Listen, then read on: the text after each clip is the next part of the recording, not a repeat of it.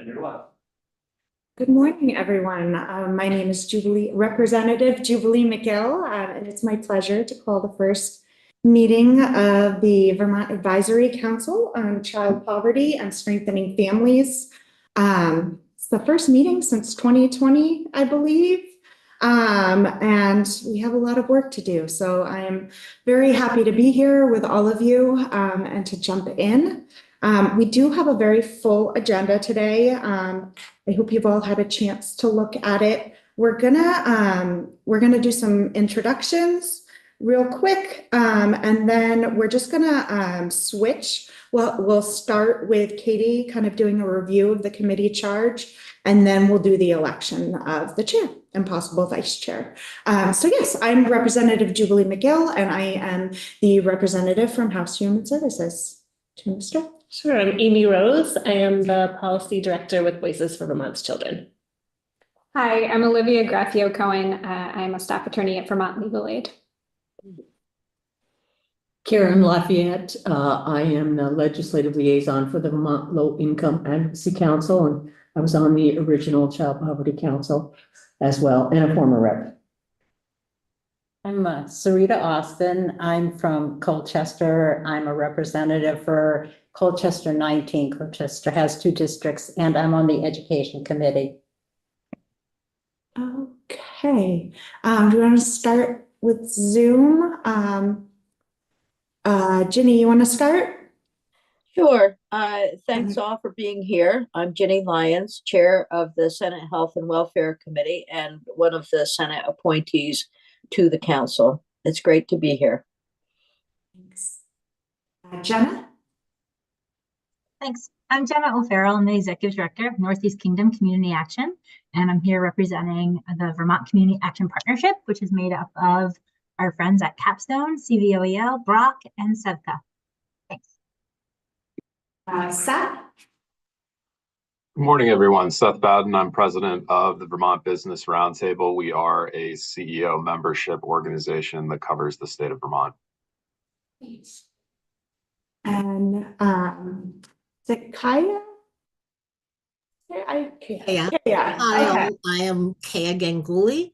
I am the Director of Trauma Prevention and Resilience Development for the state of Vermont, and I'm representing AHS with Agency of Human Services. Sorry, try to not use acronyms. Thank you.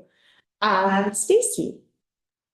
I am Stacy Rouleau, and I am the assistant principal at St. Albans City School, which is up in the north. There's a couple more schools, and then we're in Canada, and I'm representing the VPA.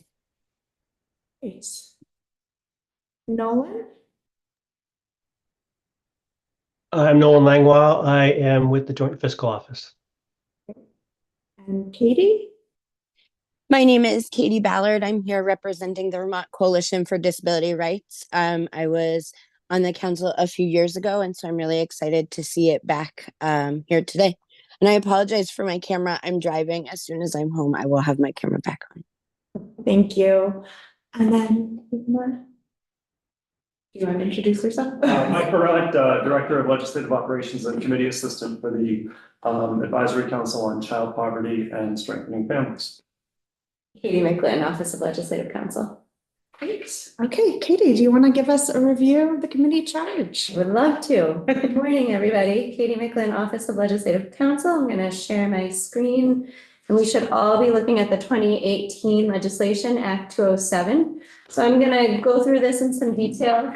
And of particular note today, as you will be electing a chair, is how the voting works, because it's a little bit different than some other committees.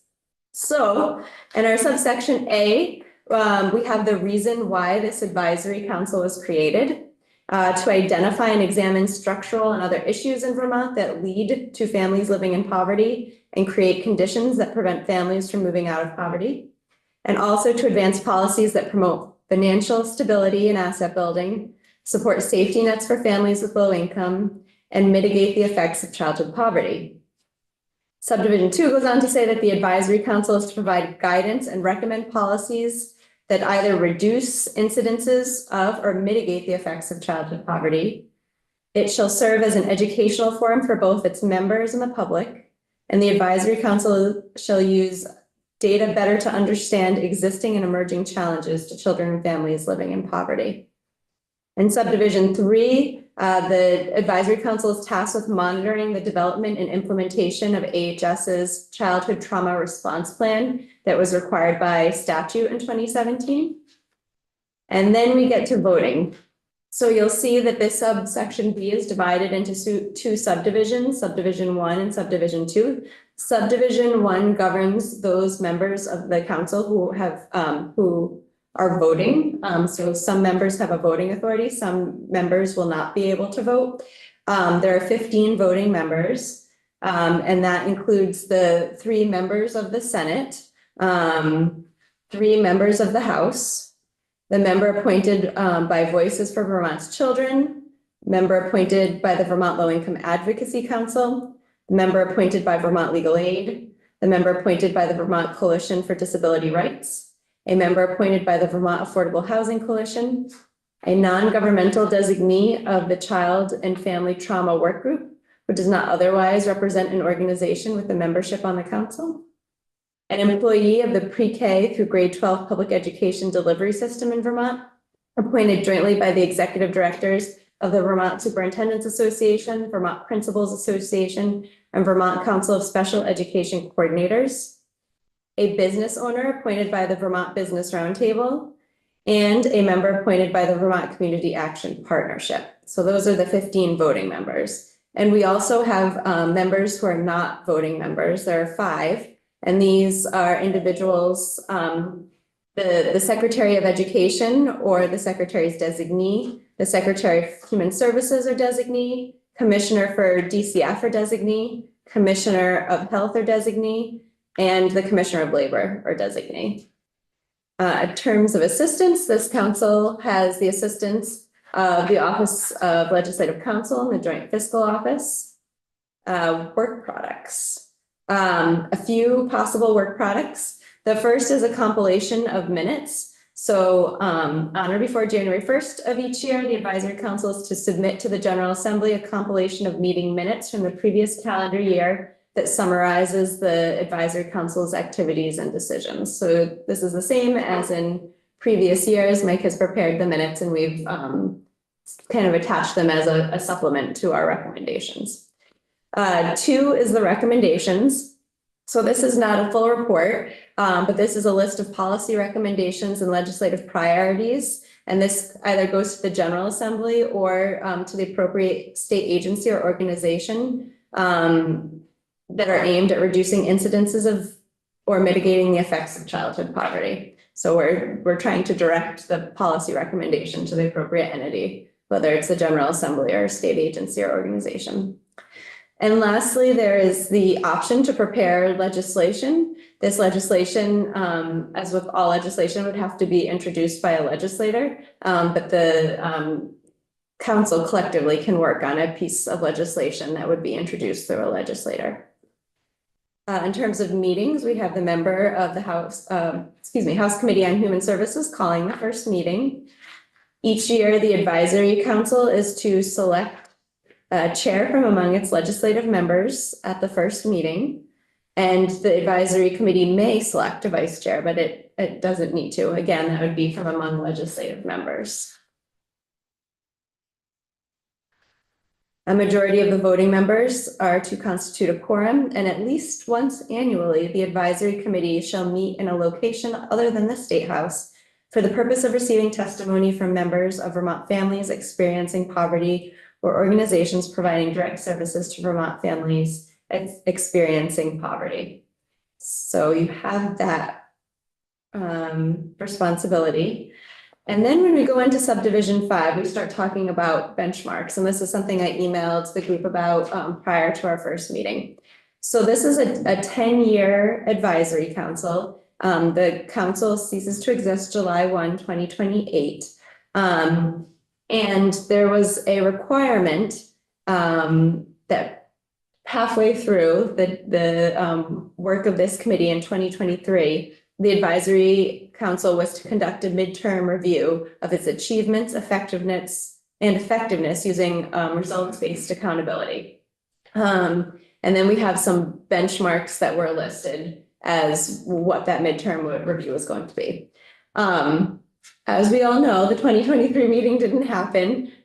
We had a couple meetings in 2018, 2019, 2020. After COVID, this advisory council didn't have an opportunity to regroup until now. So you did miss that 2023 midterm review. But I believe following the elections, DCF is going to be giving you an update on the benchmarks and that review. So in addition to the two benchmarks that were in legislation, the first was the number and percentage of children living in families at 50%, 100%, and 200% of the federal poverty level, and also the number and percentage of children living in families paying more than 30% of their cash income for housing and related expenses. Subdivision, so in addition to those two, subdivision 3 or C says that in 2019, or before 2019, the advisory council can pick other benchmarks that they want to look at the midterm review. So the 2018 group of appointees that was sitting on this council did that, and they added 3 additional benchmarks. Those benchmarks are the number and percentage of children living in poverty according to the supplemental poverty measure, the number of children experiencing homelessness on a given night, and the number of children whose parents lack secure employment. So there are 5 total now benchmarks that this group will be responsible for in terms of looking at a midterm review.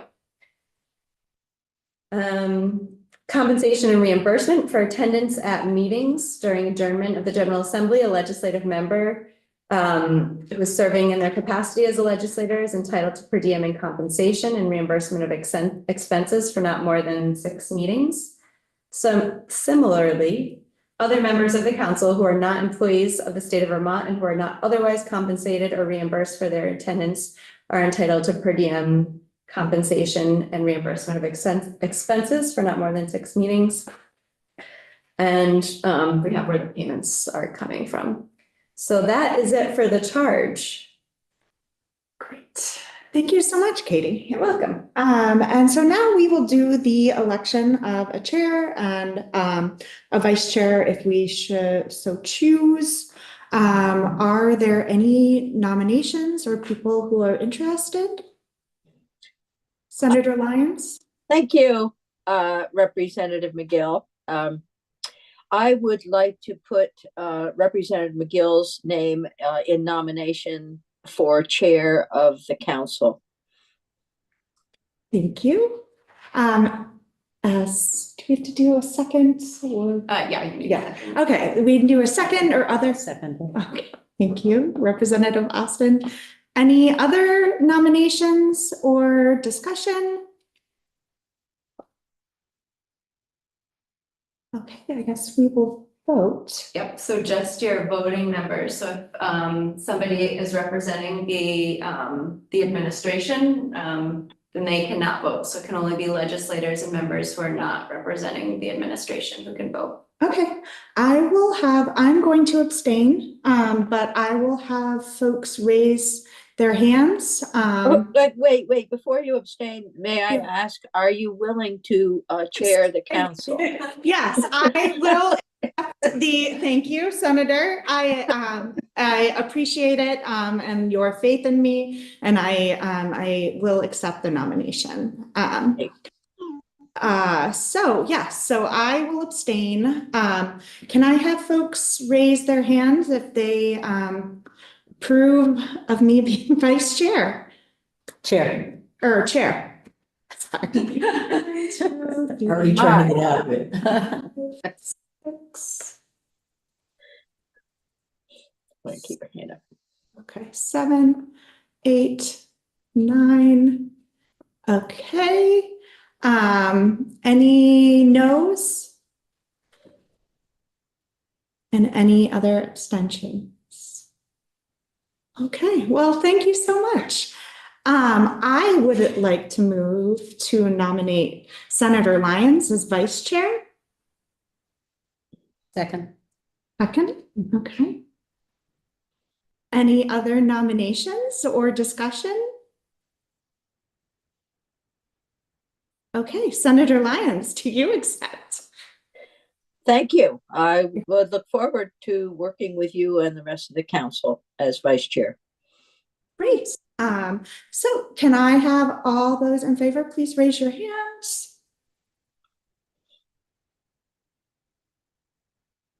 Okay, any opposed?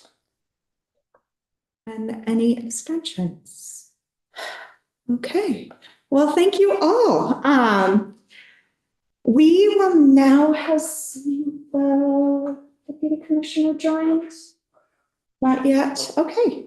We are a little ahead of schedule. We have the deputy commissioner who is going to be joining us to dig into the benchmarks review a little bit.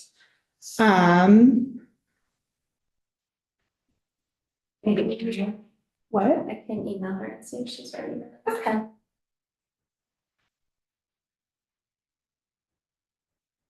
Yeah, can I Representative Austin. Yeah, can I clarify, are we looking at the 219 recommendations for the review? Is that? For the benchmarks review? Mhm. I think we'll review all of them. 2018 and 2019? Yeah, just kind of where. I just didn't know if they rolled over.